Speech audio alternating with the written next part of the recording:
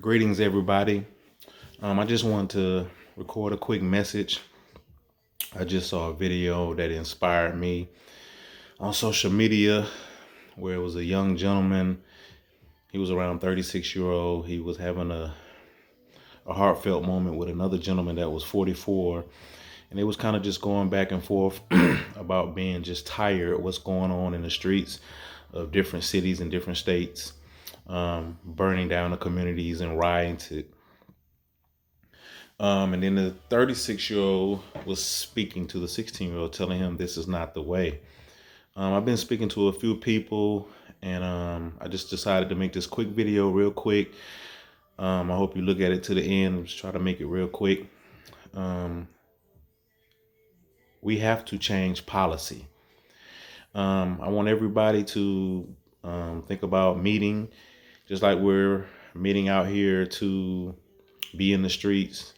We have to be organized. And I want everybody to think about meeting at your local capital, your mayor's office, your governor's office, and what most people don't know of the public, your post. Yes, I said it, post, P.O.S.T. That's your local governing body over all your um, law enforcement agencies. P.O.S.T. stands for Peace Officer Standard Training, P.O.S.T. Every state should have one. When law enforcement do their training update every year, if a new officer is in the academy, they have to document information, and you hold a certification, and the certification is held by your local post. That's where we need to be meeting at and coming up with solutions. So one of the solutions or idea that I have is changing policy on day-to-day movement of law enforcement. Now I know all my law enforcement, police officers, sheriff's officers, federal officers, and so on and so on. Might not like this. It's going to be kind of micromanaging, but it keeps the citizens safe. It keeps the officers safe. And most of all, it keeps everybody accountable. I posted something a couple of days ago and it made me think about it once it came on TV. I'm pretty sure everybody has seen the show Live PD. When I was growing up, it was cops. And you just watched it and they had a cameraman following a police officer. And one thing you never noticed was you never saw police brutality or anything done wrong by a cop on cops. Or now it's 2020, and you have Live PD, where they have a couple guys that's running the show, and they kind of go live different states, different places, um, and following police officers on their day-to-day movements. This costs millions and millions of dollars to run this show. So it inspired me because when I did a post the other day, my first policy change was hiring a bunch of different supervisors.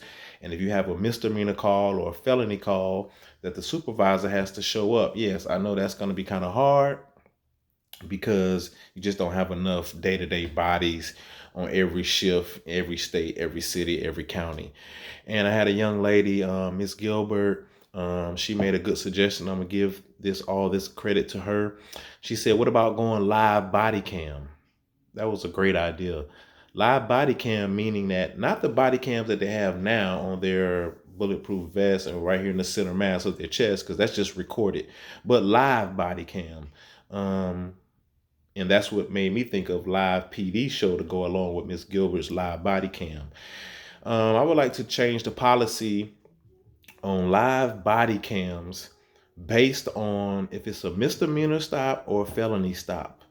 I'm going to start with traffic citations or any citation stops because you don't necessarily have to go live with your supervisor on a speeding ticket unless it escalates into a misdemeanor or felony. So make sure you understand where I'm coming with this policy. This is based on misdemeanors and felonies, or if it's a citation, traffic stop, ran a stop sign, speeding.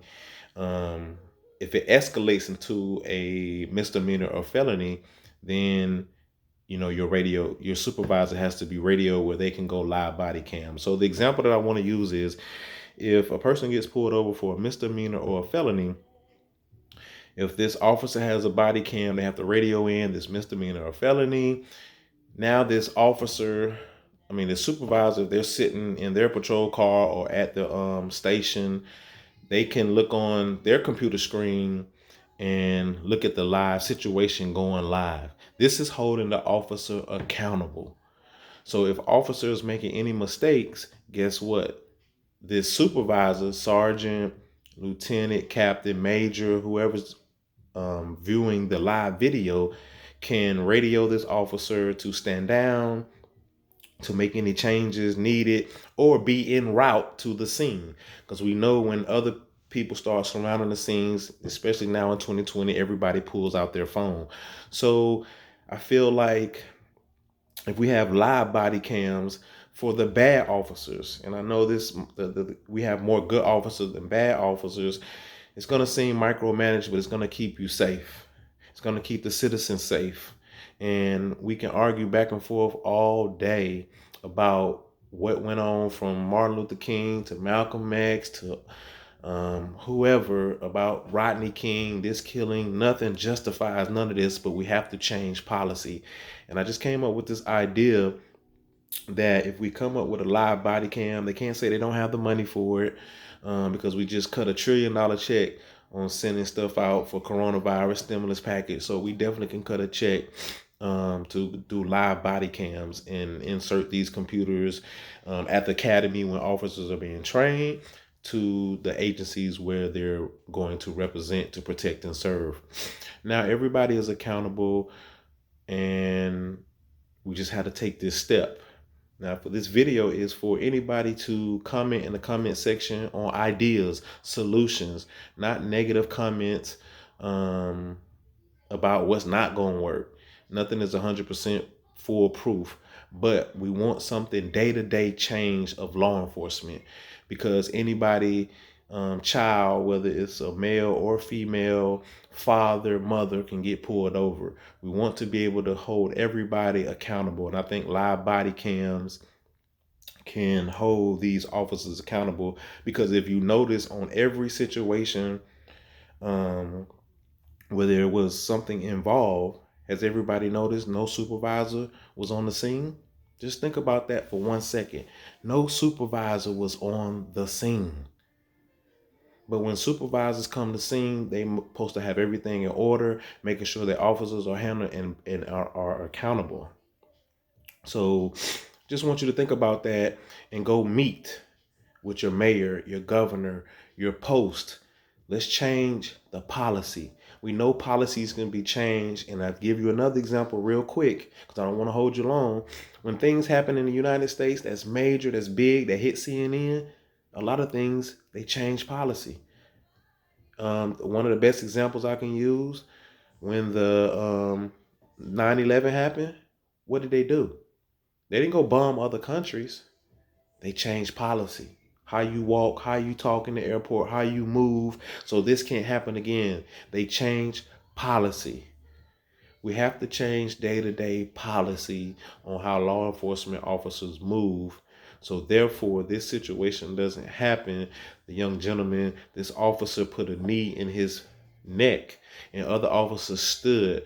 But if there was a live footage showing that we made a felony stop, and they know they had their supervisor viewing the video as what was going on, this possibly would have never ever happened. I'm guaranteeing that it probably wouldn't happen. Yes, you might have a bad-hearted officer, you might have a bad-hearted supervisor that's in collusion, but they're going to think first before they want to lose their job. So if we change the policy to make officers think, because before they go doing something they have nothing to do, and they know that they have a supervisor viewing the live footage, this is just a step in the right direction. I want to just inspire you. I want to inspire you to stay prayed up, but let's change policy. Let's see if we can put our heads together, meet up at the places that can make the changes. We can't meet at the malls, tearing down the city. It's not going to do anything, because the officers that's standing out there are just to protect and serve. They can't make any law changes. They are abiding by the law, abiding by the policy. So let's go down to our mayor's office, governor's office, the White House, wherever we have to go, and let's get them to change the policy. Let's get them to use the money to invest into these police academies, the agencies for policy change for live body cams. I don't know if that's the correct solution, but I just want to put out my solution, my idea, and let's see who has another idea by thinking. We have to think and we have to come up with solutions. So hopefully you can pass this 10-minute video along, post it on your page, share it, text it to each other, and y'all have meetings on what can we do to write down your laws, and let's present it. Let's use this social media platform that we have to present stuff and say, hey, what do you think about my idea? What do you think about my idea? And let's put them together and let's make a change. I want everybody to stay safe, love, peace, and blessings.